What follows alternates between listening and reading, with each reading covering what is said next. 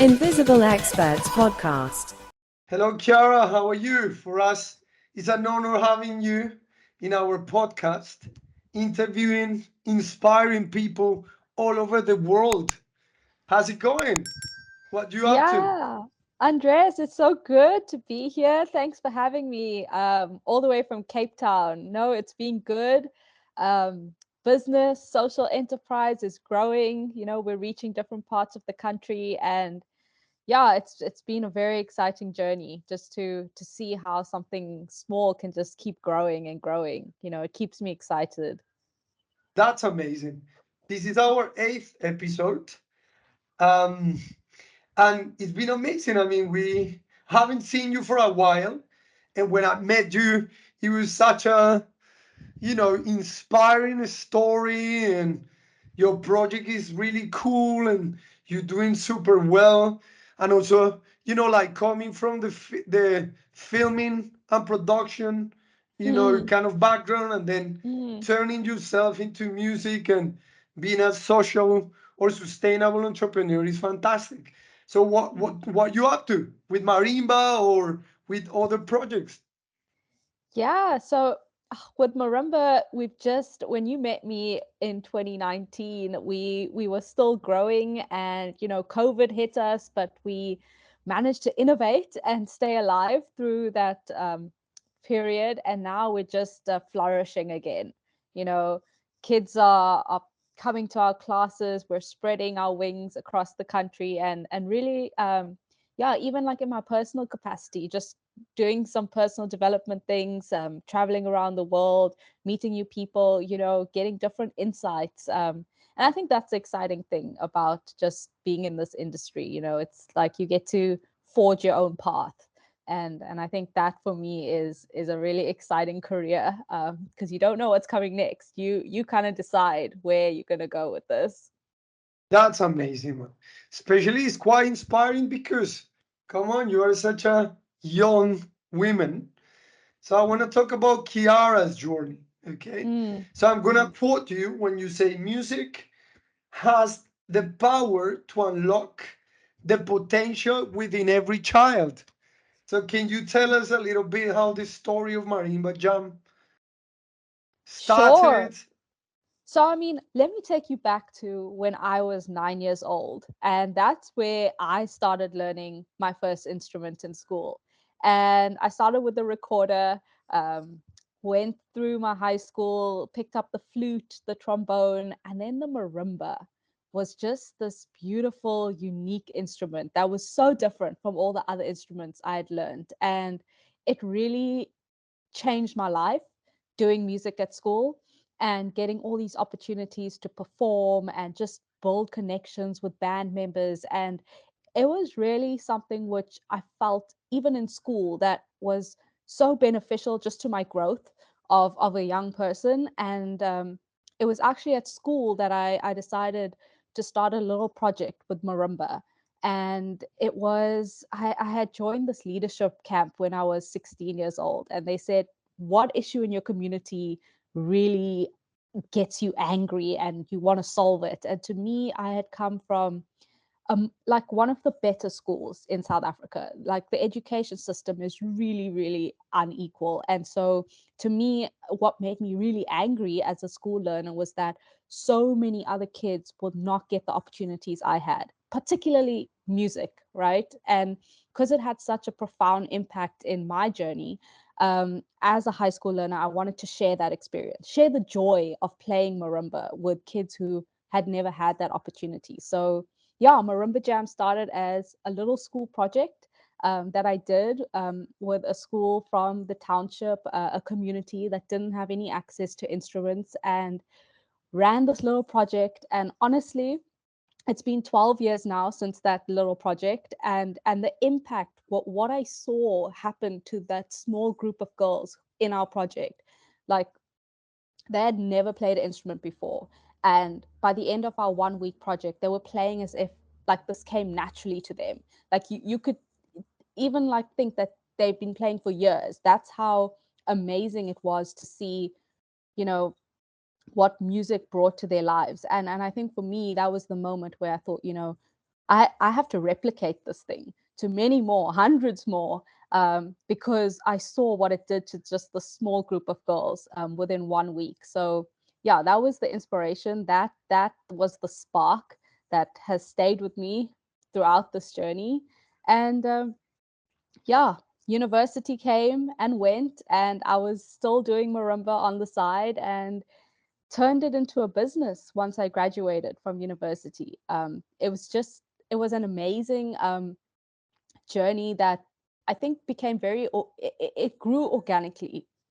You know, I started teaching a small, like, let's say 25 students at one school, and within 3 years that interest at that one school grew to 100 learners just at one school.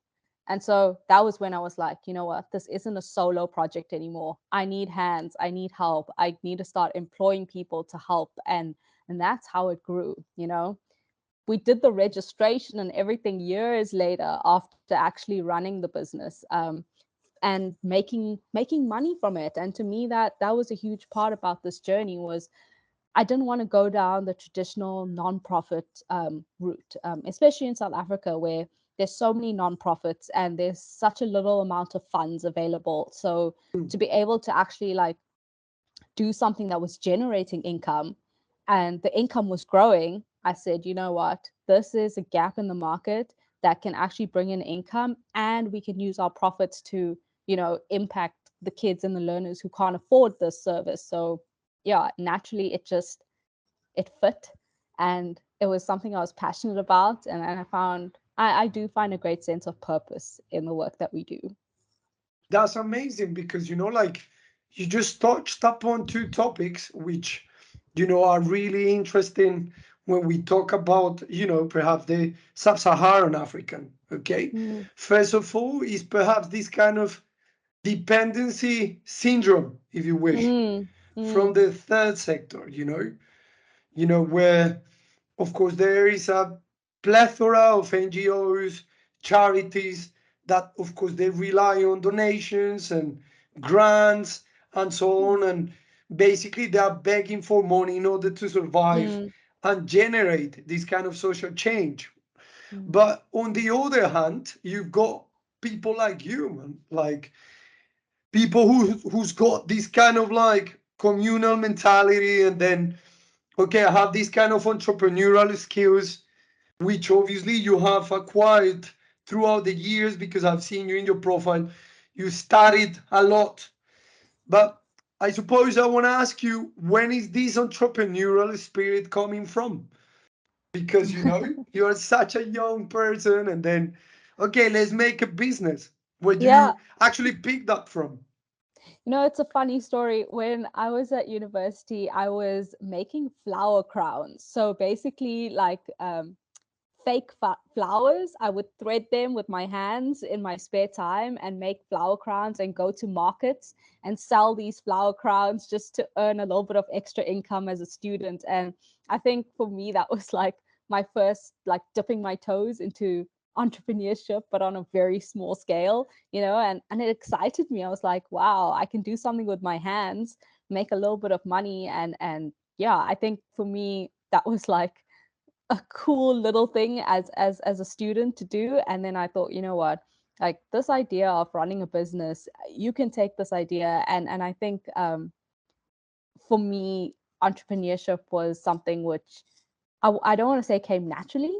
My dad was a CEO, and so I could see how he would like inspire people and lead his team. And I think for me, working with people, being able to lead people to a common vision, was something which, yeah, I think I'm blessed to be able to do that sort of thing, and have like a very high appetite for risk. I think for a Hmm. lot of entrepreneurs, like, you know, taking risks is part of our daily life, and I enjoy it. So I think this entrepreneurship path just seemed to fit naturally. You know, yeah, and yeah, I studied film at university, but very quickly I realized, you know, this path of doing my own thing, not working under people who's making up the rules for me, but actually just making up my own rules, was a very cool career path. Yeah. It is. It has been actually. But do you agree? Like because there is also like studies and Mm, research behind this kind mm, of dependency mm, syndrome. Do you mm. see that still present in your sector? Yes, there was a Facebook group started during COVID. I'm for the arts, and it was all the arts practitioners and organizations in South Africa coming together on a Facebook group. And so many have that mentality of, we're not getting any grants. Where's all the funding? Why isn't the government looking at the arts sector? And so for me, I look at that page and I'm like, wow, like there's so many artists and people out there in the industry who are just waiting for something to happen for the funds. They're very talented. There's a lot of talent in South Africa. But I think a lot of people are still stuck in that mentality that the government needs to fund this. Why can't the government look at us and give us more attention? Whereas I think for me, it was I was uh, yeah, I knew my dad ran a nonprofit working with children, and I saw how much money he had to raise, and from all sorts of people, and I just it's that thing of I don't want to be begging for money Yeah, my whole life. That's not too tiring, sustainable, right? you It's know. really tiring, isn't it? It's like Yeah, sometimes maybe you just spend too much time writing for proposals, yeah, raising campaigns, try to lobbying mm, with these kind of funders and donors. And I mm. think sometimes it seems pointless because it happened that perhaps you haven't raised a penny, right? Yeah, So exactly, why do and you yeah. think? Yeah. So why do you think, from your perspective, of course, people are stuck in this kind of dependency syndrome? Why do you think Mm, is that? mm. It's a good question. And from a South African perspective, we still have a lot of these social grants which the government hands out to unemployed people. And so there's like a mentality of relying on the government to bail you out, relying on the funds to come through for you. Um, and I think a lot of us haven't necessarily been exposed to the world of social entrepreneurship or sustainable businesses. You think you've got to go to a business school and you've got to know accounting in order to run a business, or you've got to do the nonprofit side of things. And I think there's a mentality shift that does need to change, especially in countries that are not first world countries, Yeah. countries where there's resources are very very thin from the government. And so I think if we change the mentality that you can do your own thing without the support of the government Yeah. funding, you know it yeah. So I think more exposure. And then I do think there are some organizations like the Social Enterprise Academy. That's how I first knew about what this term social entrepreneurship even was. No, I I know, I right? was just doing my own thing, and then I'm like, oh, actually this is a social business. Okay, cool. So now I can start learning from others and being connected in this industry. um yeah. Amazing, amazing. And actually, like I was meant to ask you, there is a concept which people talk about from the overseas in the South African context, which is Mm. Ubuntu. Ubuntu, Yeah, right? yeah. So how do you see Ubuntu? Oh, first of all, if you can share, how do you understand Ubuntu? And Hmm. then how do you perhaps see, Ubuntu is manifested in these kind of sectors, the sustainable sector and the social business sector and so on? Ubuntu is a word, it's a beautiful word. And I understand it as I am because you are. So I'm here because you are here, and we work together in order to be here with one another. And it's like our Marimba festival last year. The whole theme was actually celebrating the spirit of Ubuntu, because even within what we do with the kids who come from different backgrounds, when we come together on one stage to play music together, we really celebrated that thing that connected us. and not our differences. And so we uplift one another when you can understand that you have something. Maybe you come from a private school and you grow up with certain access to things, but someone else doesn't have that. There there there needs to be a sharing of knowledge, of resources, just so that we can all come together as one. And it's really about that common humanity among people. And so within the sector, definitely I've seen social entrepreneurs come together, sharing resources, sharing, grant proposals. I have some friends I met years ago in Social Enterprise Academy who still sends me links for any, funding that they might have come across. And so it's that sense of like, let's lift each other up along this journey, because we're all kind of, yeah, I am because you are. And as an industry, we can also be that for each other. It doesn't have to be competitive. It can be collaborative. Wow, wow. Mm, It's very inspiring indeed. Another topic that you touched upon is children or the mm, youth, mm, right? So Kiara is leading the initiative to narrow the gap of inequality in her context and give equal opportunity to all of the youth in South Africa.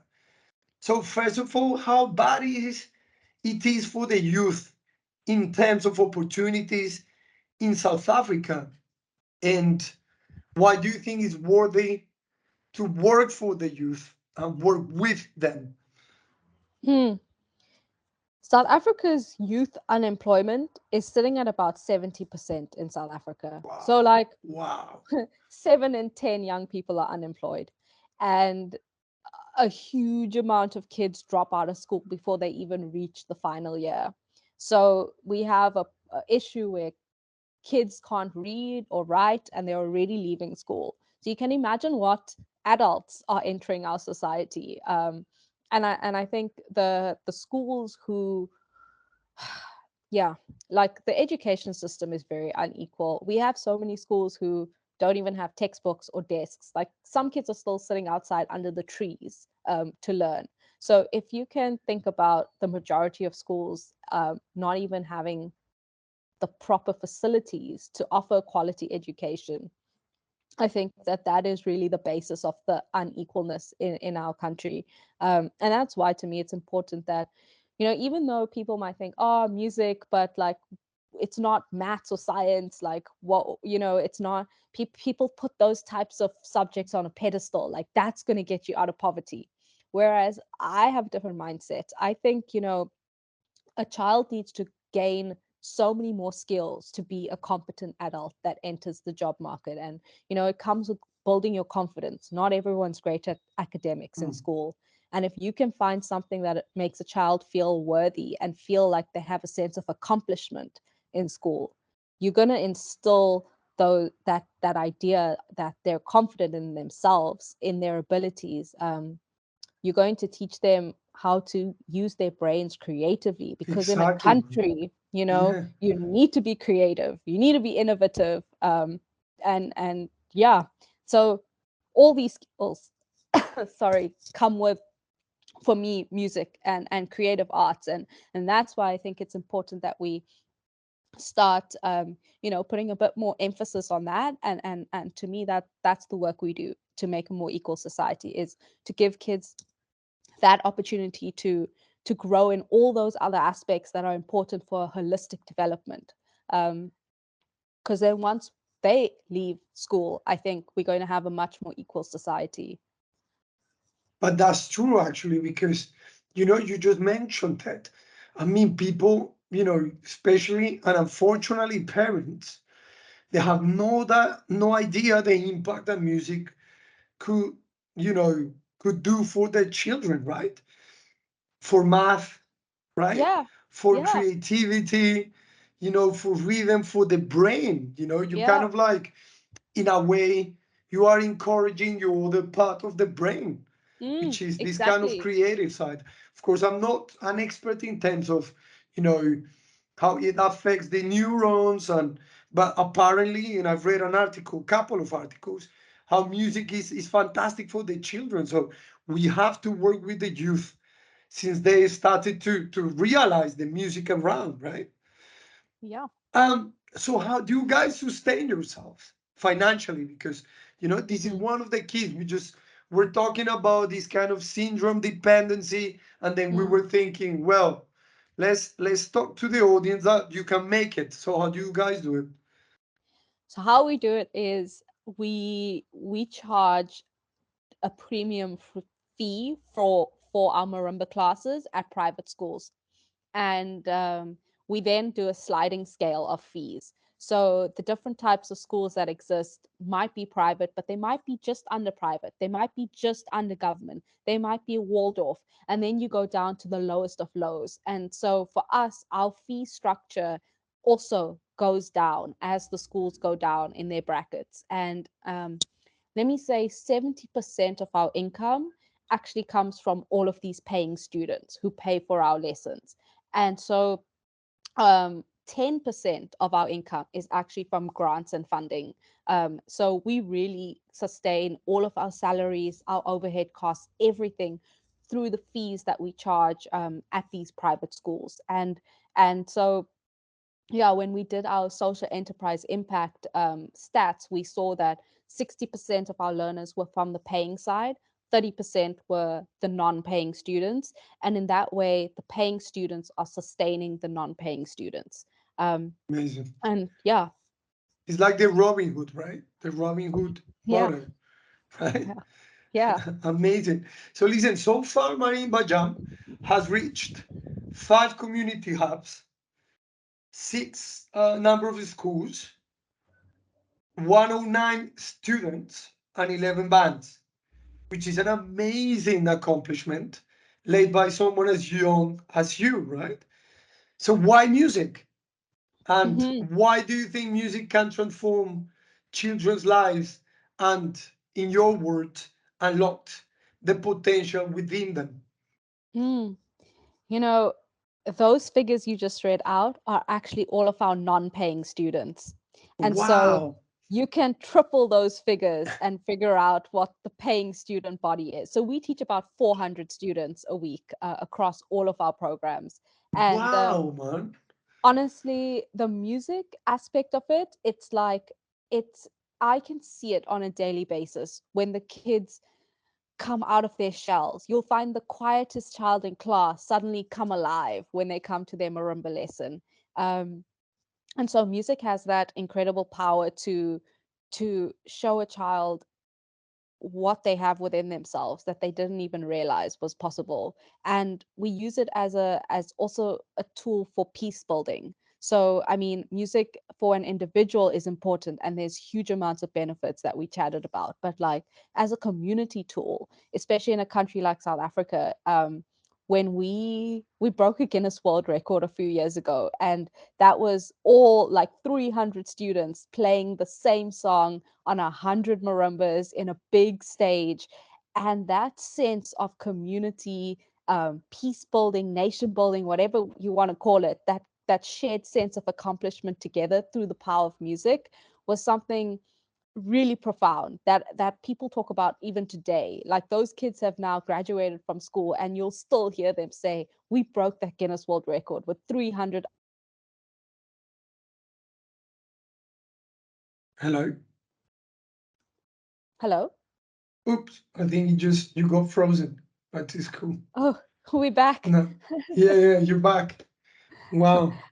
Wow. No, I was just saying the power of music to connect people is profound in society. And so when we can connect hundreds of kids together, really with something like music, it it shows that we can see each other for, not our differences, but that similarity. So yeah, music is important for the individual, but also for the community. Amazing. And I was meaning to ask you why a marimba instrument. I know it's Mm, very African, right? mm, And mm, it has been even exported to the country through the slavery trade, right? mhm, Because you can mhm. see marimba in a lot of Caribbean countries, for instance, Yeah. Cuba, or Yeah. like uh, Guatemala. yeah, Guatemala and so on, right? Yeah. So why marimba? Marimba is, firstly, the sound of the instrument is beautiful. It's got such a warm sound to it. When you play this instrument, you use your whole body. So it's not like you have an instrument on your mouth and you have to have a serious face and read your music notes. You are smiling, you are jumping, you are shouting like as you play. It's a whole body experience. And also, what a lot of people might not know is you don't need to know how to read music in order to play marimba. So the barrier of access to learn an instrument, especially for the kids who don't have access to music theory and everything, is completely like, we create this teacher method where we use muscle memory to teach our kids. So no one needs to know how to read a music note. The teachers come in, we teach you through muscle memory and using your ears to hear the sounds, and that way anyone can pick up this instrument, no matter what sort of formal education you've had around music.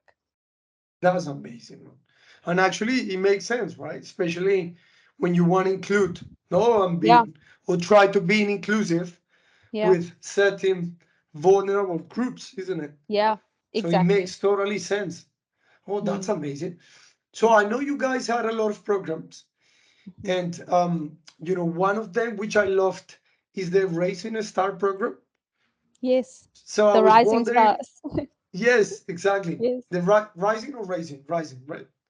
rising stars, like stars Rising, that are yeah. rising. Ah, Yes. yeah, Rising Star. So I was Mm, wondering whether you can, elaborate what is that program about mm, and how it mm. works.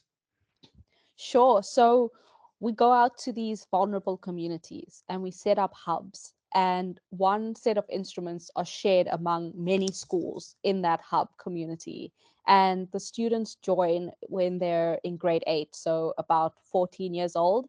And they go through a 5-year program with us where they're learning every week. They come for their lessons, they do performances, and by the time they graduate from high school, they can then join our professional teacher training program and either become a teacher or perform in our professional performing band and earn an income. And to me, that's important part of the journey because with the unemployment in South Africa, when you now are training kids to then actually get a job after school. That's how we're closing the loop in the Rising Stars program. And then they can go on and give back to their school and become a teacher and earn from teaching and performing professionally. So, yeah, the Rising Stars program is targeted at those vulnerable communities. And, we've also found that a lot of women, young girls, are joining these programs with us. I'd say about 80% of our student body are just young women. So it's also Yeah. that space, where you feel safe. And as women empowerment, we are all for that. And we don't necessarily go out and say only girls can join, but it seems to have been this culture of like this is a safe space for us as young women, to come and do this marimba and create like this family around marimba. This is amazing because it's actually something that it strikes me the most. That I've seen a lot of videos in there is the majority are women, right? Mm, So mm, and you guys don't target them at all. It just happened yeah, naturally, right? yeah. One of the beautiful things about talking with people like you and you know that you guys are willing to share your story is going by context, right? Of course, South Africa has its own context, its own history, and it's very unique, I Mm, suppose, as anybody else in the world, mm, especially for companies like social enterprises and sustainable businesses and so on, within the South African context, it must have a different, way of behave and, like manifest themselves because I suppose there are different needs. mm, And I was watching one of your videos mm. and you were at the Lily's live, you know, Yes, in yes. the place of liberation, and you were like, Mm, you were saying it is exciting because it shows that it was this uprising of people mm, that did not care, what they had to die for, and they did it. mm, And you were saying like, and I quote you, of course, this particular place is called so much grounding in the thoughts and planning that went into overthrowing an apartheid government that it is very special to standing here today. And I can see this spark in your eyes. I Mm, could see your face at the end of your reflection, perhaps a mix of sadness and happiness at the same time, right? For mm, someone at your age, how do you see and reflect of what happened in South Africa with the apartheid? mm. It's it's a very difficult thing to reflect on as a young person. I was born in 1994. That was the year Wow. South Africa got freedom or had its first free election, and Nelson Mandela became president the year I was born. So I know that the communities that apartheid um, put in place to segregate people based on race still exists today, unfortunately, because I don't think that just having that election and Nelson Mandela coming into power did enough to liberate the majority of people. And so that's why when I reflect, there is a bit of sadness because there was a hope 30 years ago that things would drastically change. And you still see communities separated by railway lines that were put in place years ago to separate them. And not having access to the city, all of these things back on apartheid, it was one of the most horrific human rights violations that the world has seen, and I think that there was a lot of support from around the world for South Africa during that time. um, but I do think there still need to be a lot of work to be done, and it's sad because the people who were put in power to liberate us have become the corrupt leaders who have eaten all the money, and the people are still suffering. And so that's why, yeah, it's sad to reflect and to look at where South Africa is, because I believe we could be in a better place, and we should be, with the thoughts and the thinking of the leaders who liberated us. But the leaders that came after, I think, have not lived up to those promises, unfortunately. Yeah, this is really sad.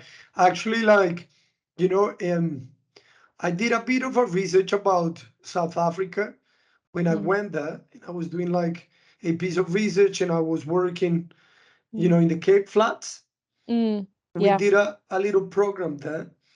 And, I came up with big statements such as inequalities was widening post-apartheid, Mm, which kind of like surprised mm, me, right? mm, So generally speaking, overseas, from overseas, the South African conflict is seen from the conflict in between the natives, um, the Afro communities, and the white population.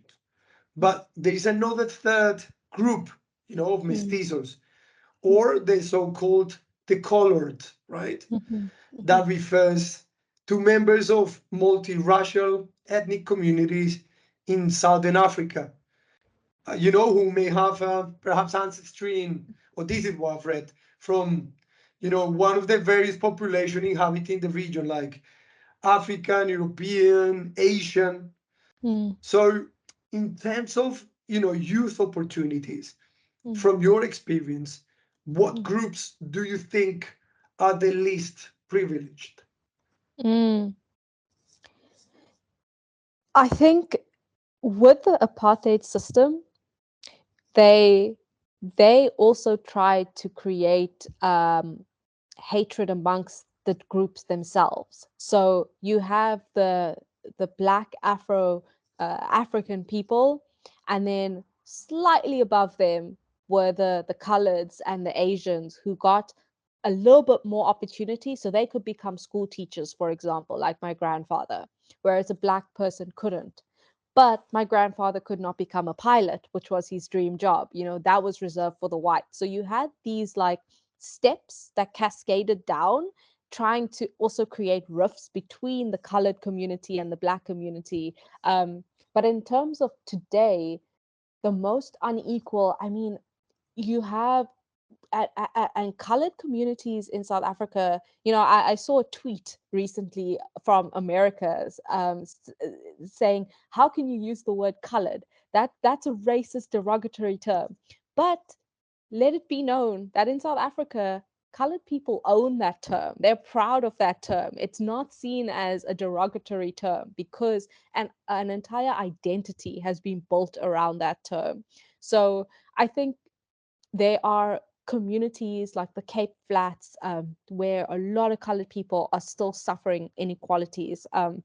But I think based on just the system of apartheid putting black people right at the bottom, it has been more difficult for those families to break the cycle of poverty within themselves. So and like the majority of our population is black, and so if I have to pinpoint it, I would say it's still kind of in those layers, of breaking the cycles, of inequality in the country. That's incredible. Because, when I did the work, in the Cape Flats, I remembered I was actually talking with the social entrepreneur that actually passed away during COVID. And he was telling me like he basically lived it. He was one of the first firemen. He was one of the first firemen in Cape Town. And he was telling me these stories that they used to live by the sea, and then, during the apartheid, they were just kicked out and, Mm-hmm. Mm-hmm. put it into like trucks, and they were moving far, far away from the sea, and, Yes. go deep into the inland, if you wish. Yes. And they were divided into these townships. And also he was telling me something which, of course, I did a little bit of research afterwards Mm-hmm. about that. During this time, they were actually breaking this teeth, right, the front Mm-hmm. teeth, not for mestizos or from the colored, in Yes. order to avoid that they will learn the language of the Afro people, the African people. Hence, they wouldn't have the chance to perhaps to work together and raise as a one group, right? Mm-hmm. Which is like very interesting. So do you think like initiatives like yours can build a better future for the youth and perhaps bring a little bit of peace amongst different ethnicities?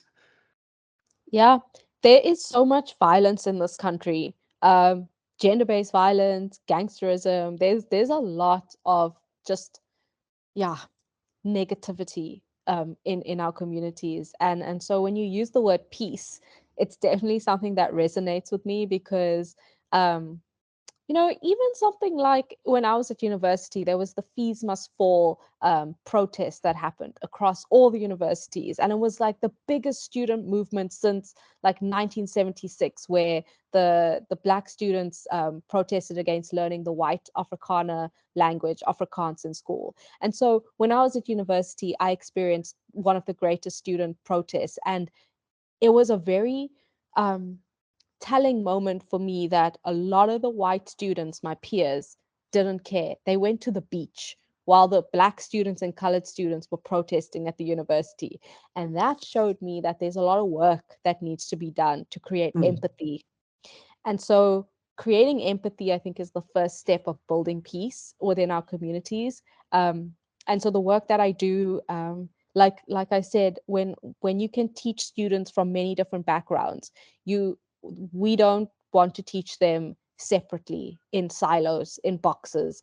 Where it's so important for us to bring those white private school kids on the same stage as the black kids and the colored kids so that they can see each other, see that they share in this common thing, which is making marimba music. They're passionate about playing this instrument together. And so you can start building that empathy from kids at a young age so that when they reach university, hopefully it's a different generation than what I experienced, where people are just turning a blind eye because it doesn't affect them. They're living their happy, comfortable lives. And so, a lot of people don't want to take blame for what happened in apartheid. They say, well, I wasn't alive then. And so I had nothing to do with it. And yeah, my parents work hard so I can live a nice life. But actually, it should be seen as a community thing. Like we need to build that peace, Mm.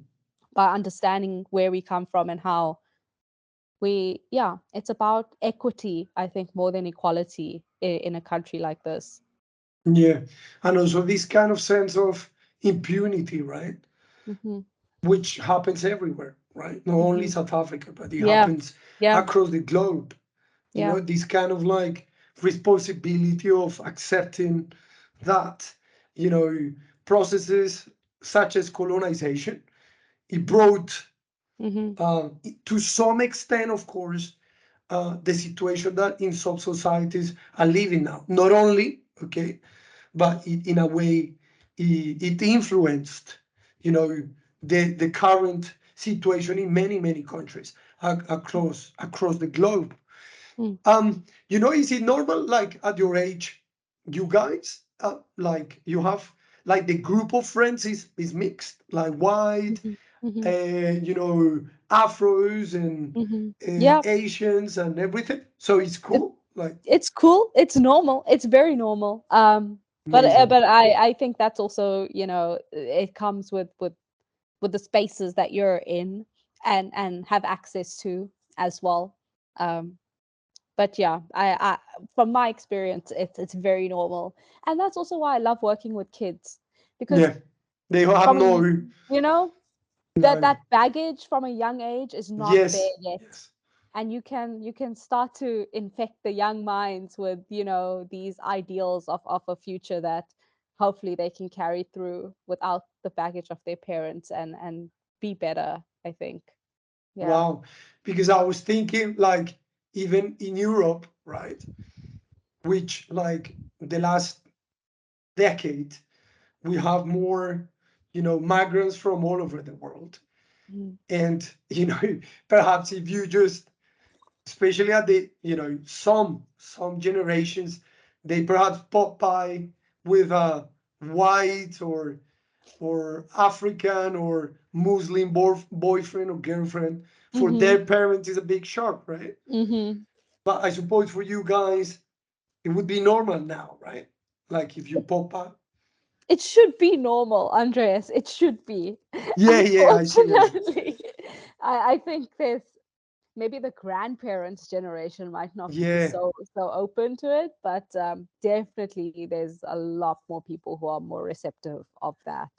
Yeah. yeah. I mean, of course, I suppose they who suffered, Mm, the process. So I suppose still for them is really hard to yeah. move on, right? Yeah. When I talk to people like you guys, I always like to talk about the drivers. Hmm. If Kiara is on a mission to inspire young people to reach their full potential, right? Mm. Um, I was wondering why you are so committed in this cause.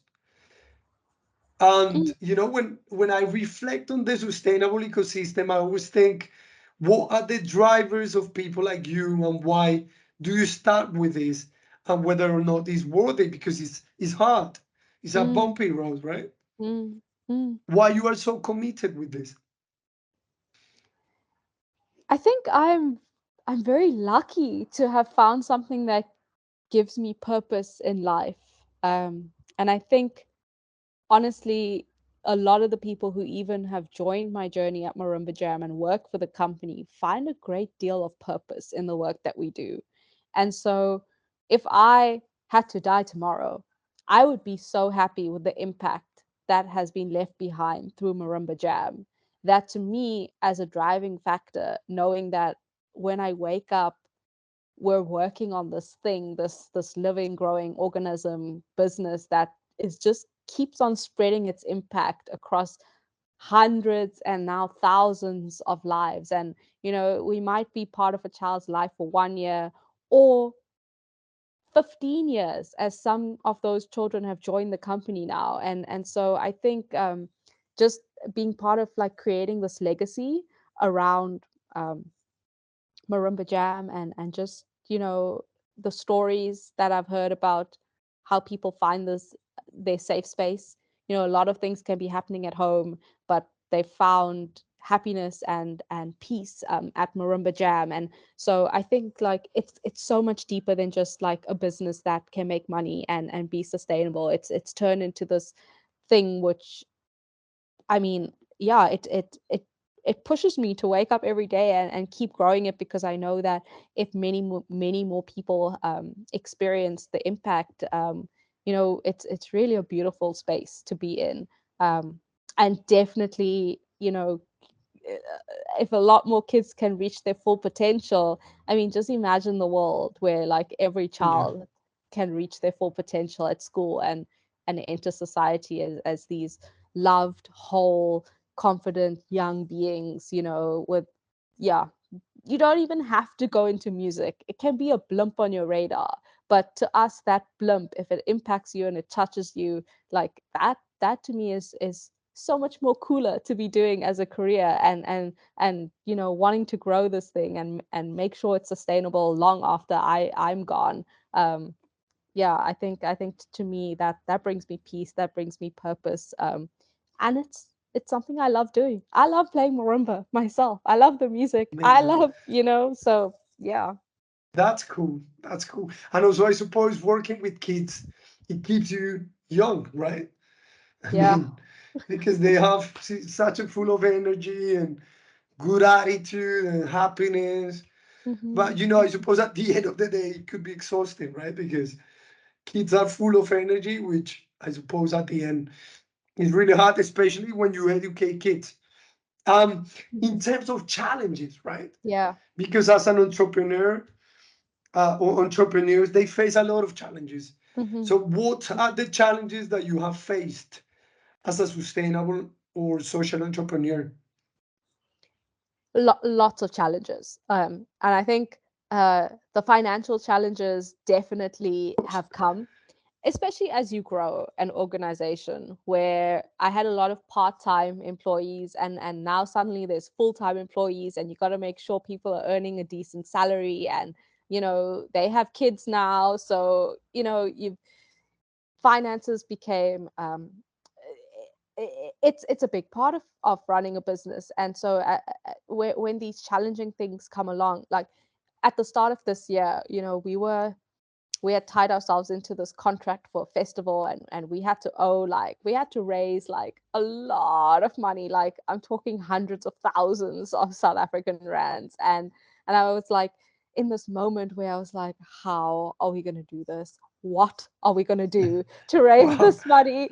um but then I put on a video of last year's festival, and I watched like the hundreds of kids playing together, celebrating that spirit of Ubuntu together. And I just sat in front of my Amazing. computer and started crying, because I was like, you know what? This is why we are going through all of the headache to raise all this money and put ourselves through all the stress, because it's moments like those that can like sustain all of those challenges. So I think, yeah, there's something very powerful about that.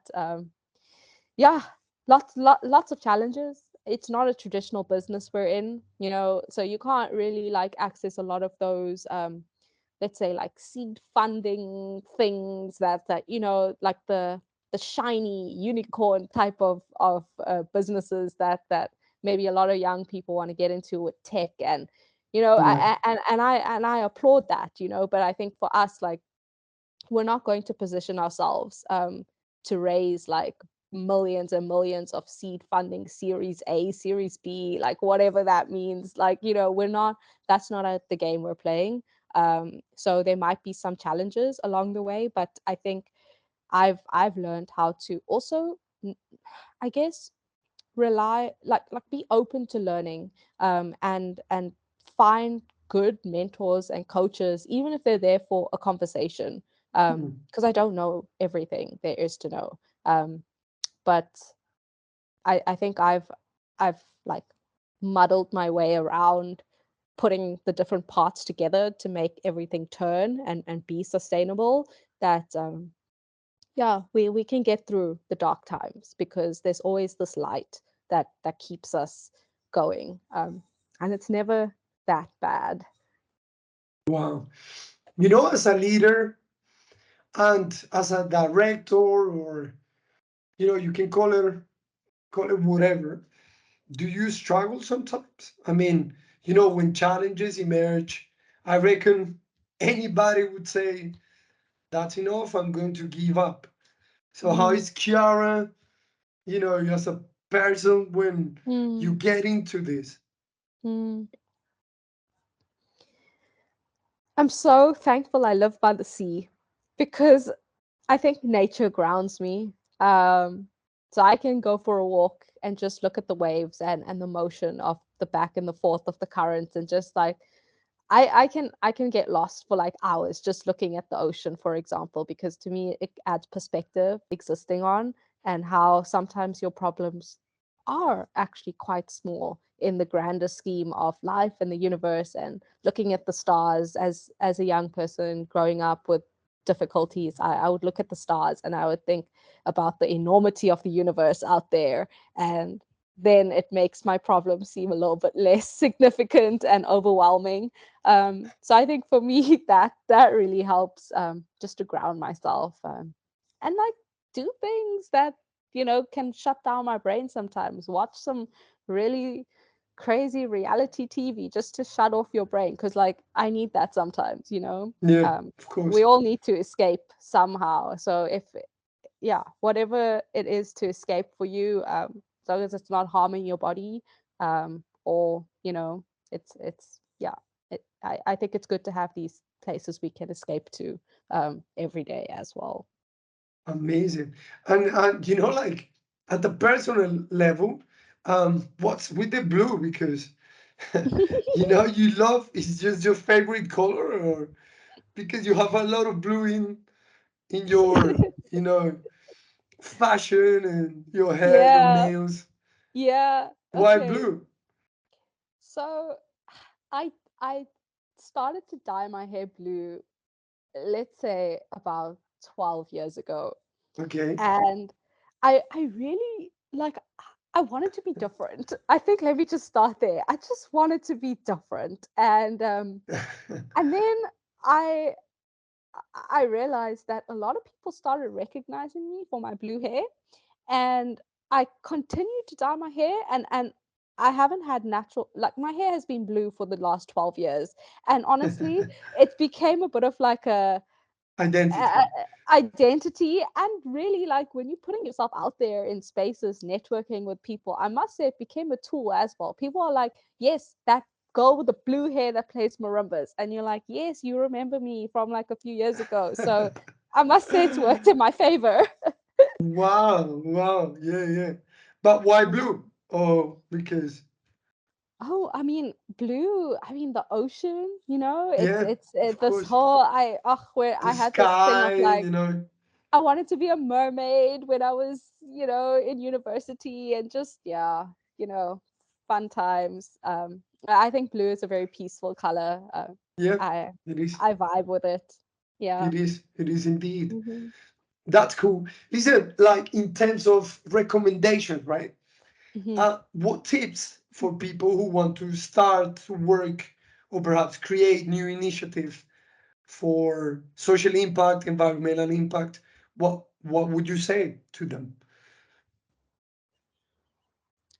I would say that you have to really have something deeper that motivates you because in the times where it is going to be dark, like something really powerful needs to tell you not to. I know we've heard a Oh, lot about, wait, yes. can you repeat it because he was frozen? So Oh, sure. let's do it again with the tips. Yes. So I think you should really find a strong, powerful reason why that you're doing the work that you want to do. And it should be something where in the dark times it is so powerful that it can make you not want to give up. It pushes you through those moments of weakness where you might look at your peers and people are earning comfortable salaries and you're here in this dark challenging time and something strong and powerful needs to be your reason why. So for me it's really looking at the impact that we had on children. And we, I don't know if you've heard of Simon Sinek and his work. And I think really like defining your why was something which I think like you intuitively what it is, but like when someone tells you dig deeper, why are you doing this? It's not just music classes, it's not just playing music. There's a deeper reason why. Really defining that, I think, would be a good step for anyone wanting to start any social or sustainable business.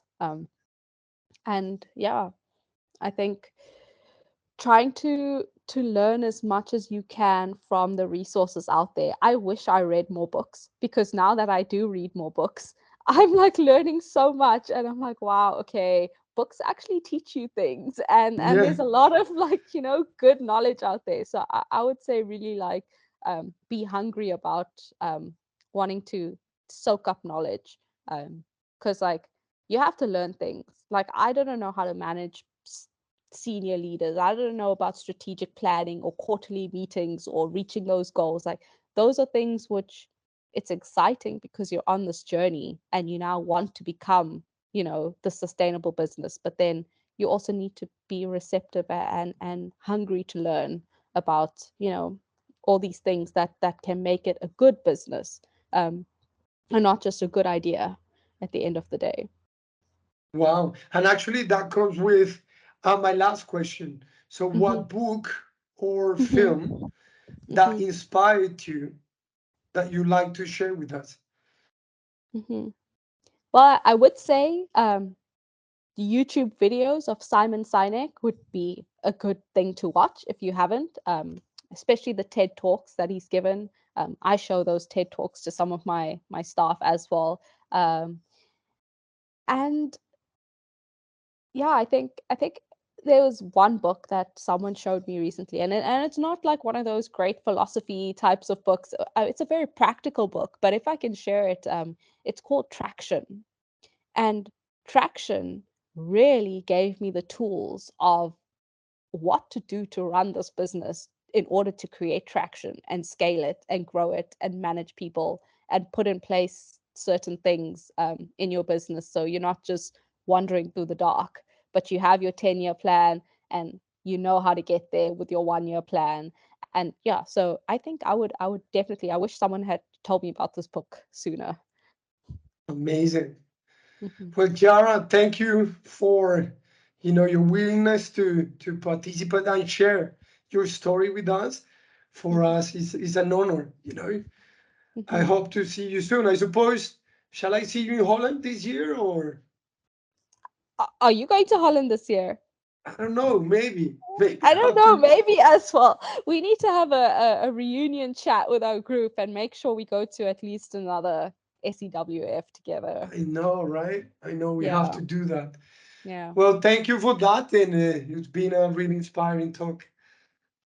Thanks for having me, Andreas, and all the best. Thanks.